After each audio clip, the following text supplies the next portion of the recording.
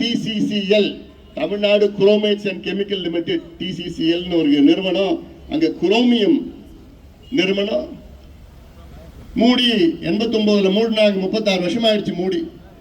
ஆனா மூடுறதுக்கு முன்னாடி 2.5 லட்சம் டன் குரோமியத்தை அப்படியே கழிவா அங்கே விட்டுட்டு போயிட்டான். அந்த கழிவு 2.5 லட்சம் டன் கழிவு அப்படியே மண்ணில் இறங்கி தண்ணியில் அப்படியே கலந்து நிலத்தடி நீரில் கலந்து எல்லாம் காற்றுல பறந்து அங்கே சுற்றி இருக்கிறவங்களுக்கு அதிகமாக தமிழ்நாட்டிலே அதிகமாக கேன்சர் வர பகுதி ராணிப்பேட்டை சிப்காட் சுற்றி இருக்கிற மக்களுக்கு. வெட்கக்கேடு. ராணிப்பேட்டை தொகுதி மந்திரி தொகுதி, முந்திரி தொகுதி.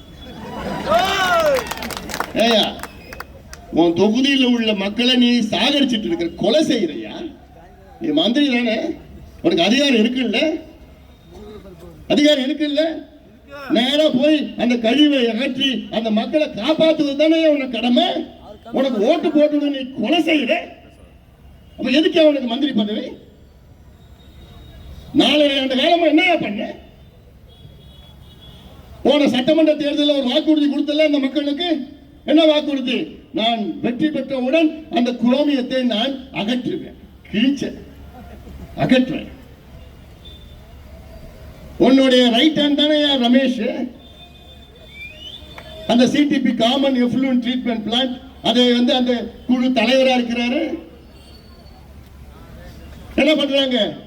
சுத்திகரிக்கப்பட்ட பொது சுத்திகரிக்கப்பட்ட ஆலைகள், இந்த கழிவுலாம் வருதில்ல, அதை சுத்திகரிச்சு என்ன பண்ண ராத்திரில விடிய கால 4 மணிக்கு திறந்து விட்டுறான்.